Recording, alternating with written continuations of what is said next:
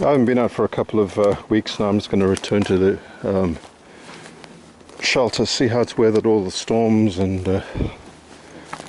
just hang out a bit.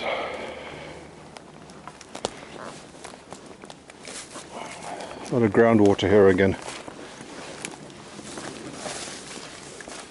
So once again, you people who are, on about make a regular fire, that's an indicator of what happens in this forest, and that stays pretty much all year round, either visible or just below the surface, but there's basically permanent water in this ground.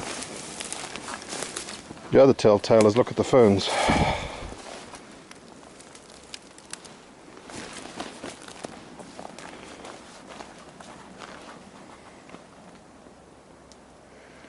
It's a halfway decent day. There's been a little bit of rain, a lot of water still falling out the trees, but it might move into rain later. But say for the moment it's all good.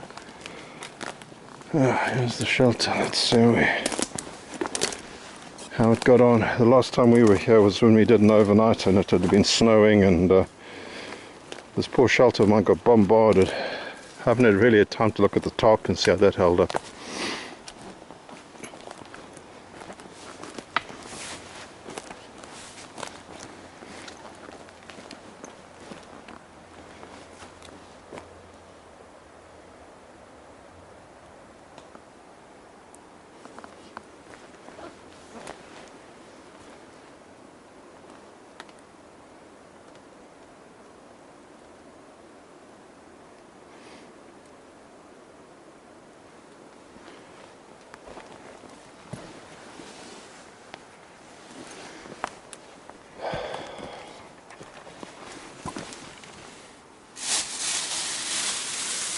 Alright.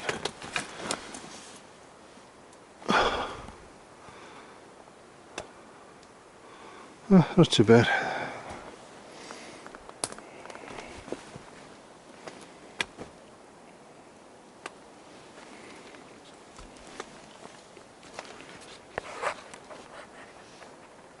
Alright, I just want to set a few things up and then we'll see how we go.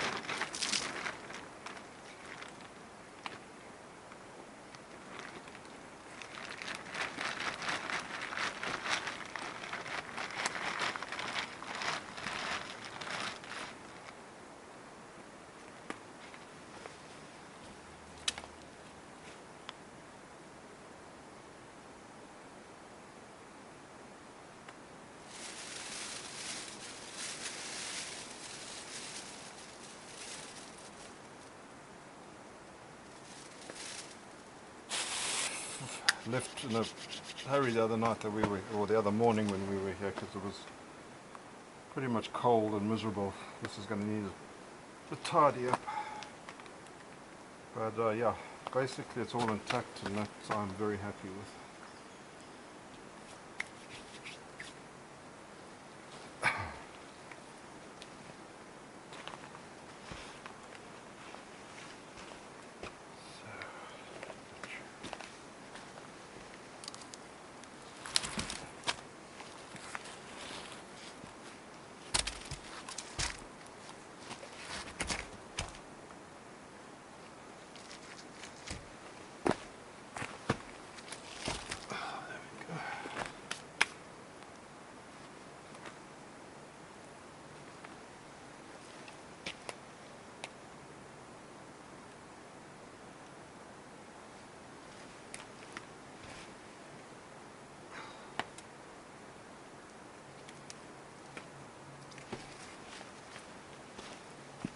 All right.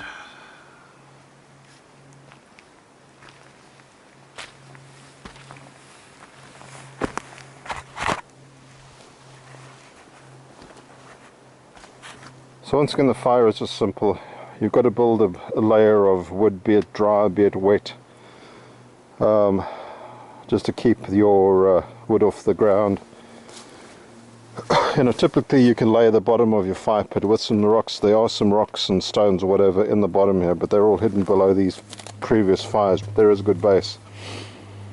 But yeah, that's just the way we do things here. So I've also had people like, why are you building a bonfire? Well, it's not really a bonfire, because they see such an amount of wood, you know, stacked up, that I suppose to the uninitiated is their first response. But no, I'm not building a bonfire in the woods. It's building an upside down fire. It's a platform to burn through.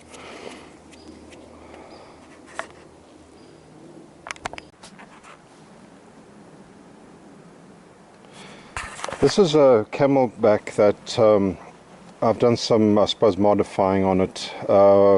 I use this on hikes where I don't need all the essentials, you know, particularly really hot summer, you know, days when you don't need all the rain gear and snow gear, yada yada. It's got a lot of attachment points, and I think these are pretty underrated. You know, you can trick them out quite nicely for, you know, your outdoor adventures. I've just got a little tarp here. I think this is a 6x8, which I've attached. I'm going to do this. This has just got a bungee cord around it. Okay, so that just unravels and everything falls off there. The bungee cord, once again, too, you know, you can attach, you know, like if you're too hot, you can put your jacket on there, or take it, you know, whatever clothing or whatever's become superfluous to that day, you can, you know, just tie up onto your pack with that. This is just a small spare water bottle on here. Sorry, I'm trying to film this. And let's get that out the way.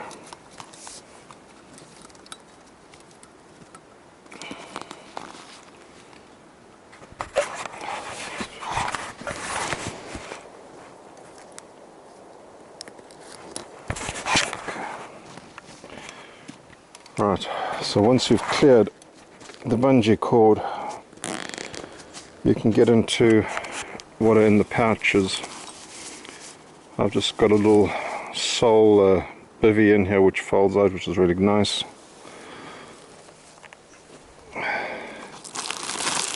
I've got an Esbit stove and some fuel for it. The little round ones are actually, I think, the Coughlins. Yeah, those are the Coughlins. They work equally well as the original Esbit fuel cells, whatever you want to call them. Whole fire starting kit there.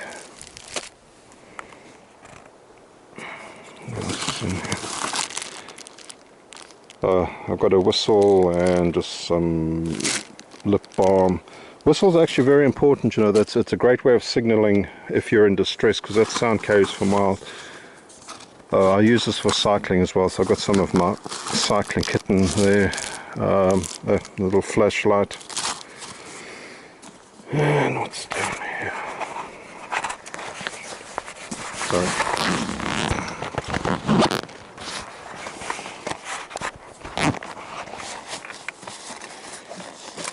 Right, so in here, once again, I've got one of these sets in literally all my packs, and I have a few packs. And that has a meal waiting inside it. I've got mashed potatoes. I've got a little Fred spoon, tin opener, bottle opener, which I use to eat and prepare that with. Obviously you've got a cup. This is all Walmart bought, all available at Walmart, and I've used these, not this particular one, but a lot of them a lot, and they're good. Don't get involved and you have to go and buy us, you know, stuff because some top name guy decided he's, you know, going to put his name on it. They all work the same. Just some other snacks. Yeah, just my little food pouch. What else we got in there? Just some plastic bags, spare knife. So yeah, you know, you can keep a lot of stuff in these, and you know they would keep you going at least for a day or so. You know, it's a totally viable hiking outdoors pack. This, it's not just pretty face, I guess. As I say, that's, you know, that's quite a lot of stuff in there, and you know, it doesn't weigh much, and easy to do. So anyway, just a thought, you know, if you guys have got these things and you're feeling limited by them, don't be. Use all the attachment points and you know, have fun with it. So I'm just using some of my homemade fire paste and wood shavings. It's a combination of Vaseline and whatever I've basically scraped off my workbench. Get some more smalls.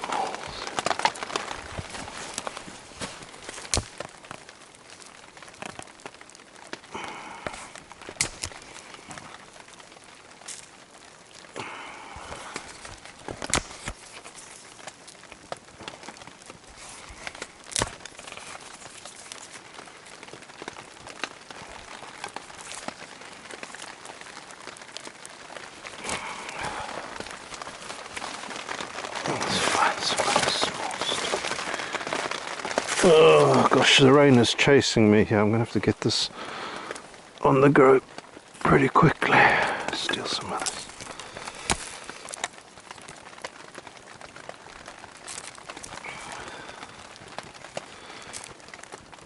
No, that should do it.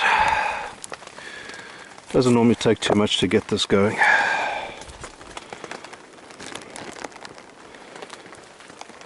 I suppose a good thing about this too is it's covered in Vaseline, so it almost becomes, I suppose, waterproof.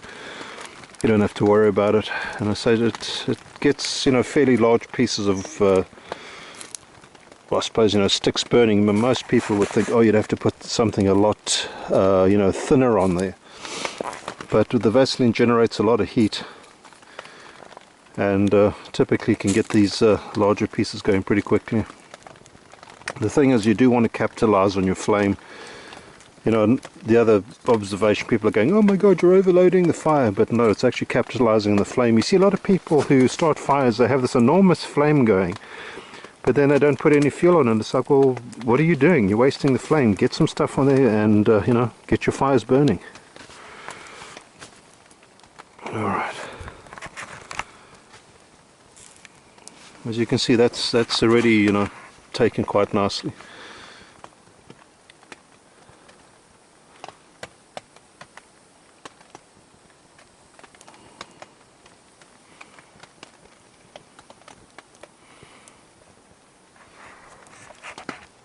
Right, I'll bring you back. I need to get some fire done.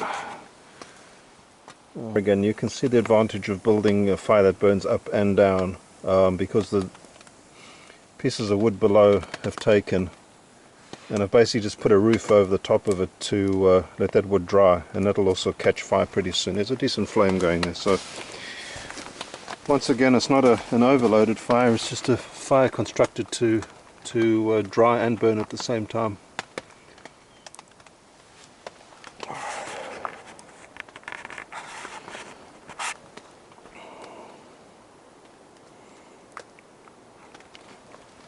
I'm going to have to restock my wood pile, it's pretty much beat up. Alrighty. This is pretty much one of my staples when I come out. The Idaho, you know, instant mash, you can just add water to. You know, if you've got jerky or got anything like it, I mean, this just becomes a base for whatever you want to throw in it. You can put corned beef, you could put vegetables in there, so it's a very nice, it's a meal. I mean, you could divide that up with two people with some extra sides or whatever, but I like it. It's a convenient meal. Tastes great.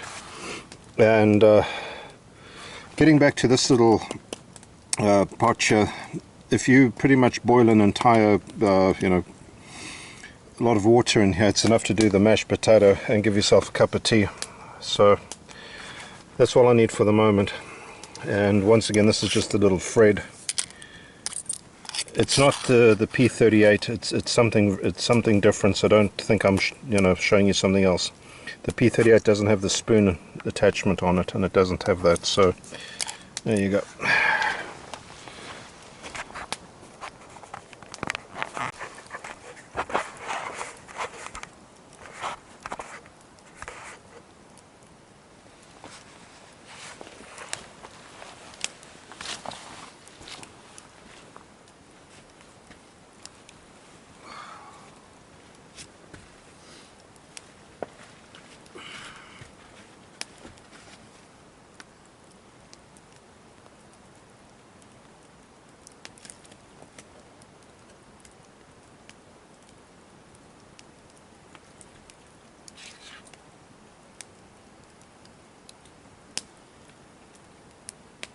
These little Fred devices are really nice to eat with, particularly like mashed potato, because it tends to be hot, and the larger spoon you tend to put too much on and wind up burning your mouth. So this is actually, it's great. It's like having a baby spoon.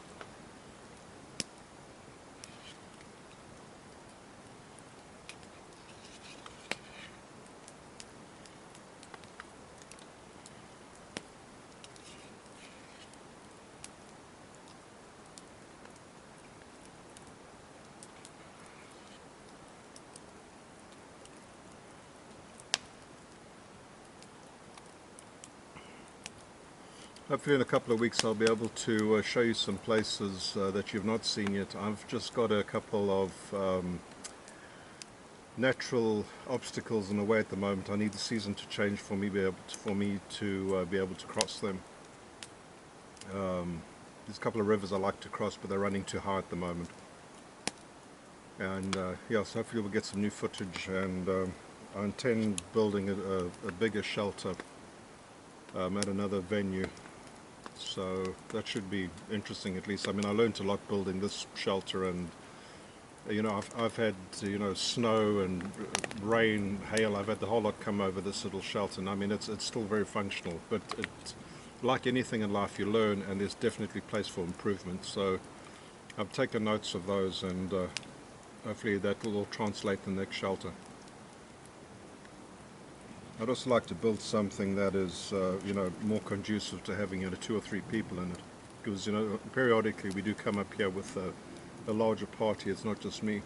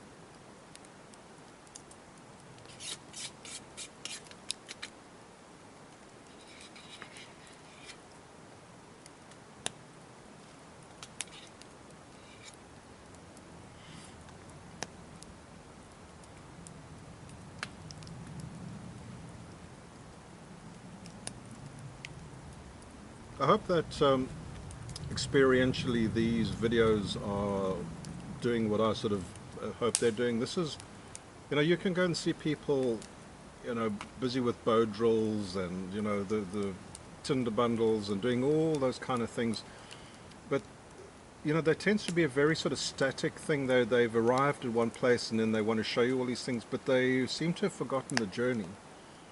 And you know, I travel a long way to get to this shelter and the places I go to. There is no, I don't drive a car up, hop out and then pretend I'm in the depths of something. You know, I really, you know, I'm doing a lot of walking, a lot of bushwhacking to do stuff. And the videos that I'll be shooting this summer are going to indicate that. So it's basically you're looking over my shoulder type of thing, and if you like wandering around the woods, that's what you're going to see. It's not so much that I'm here to try and teach you stuff. You know, there's people better qualified at it than I am, and you know, who seem to like doing that. I can do all that stuff, but I don't see any point in me showing you how to do a bow drill when, you know, there's thousands of videos already dealing with it. I'd rather take you on the journey with me. So let's see how that goes. You know, let me know if you've got any comments for, you know, what you might like to see, what you don't like. But so this is not school. This is not what my channel is for. I want to take you on an adventure, not, you know, like, here we go, get your string and blah blah blah.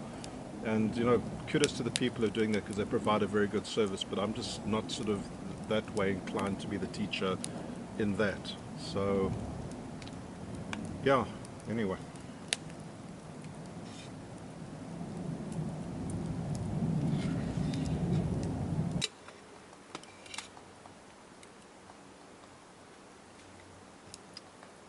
I guess that's lunch time for tea.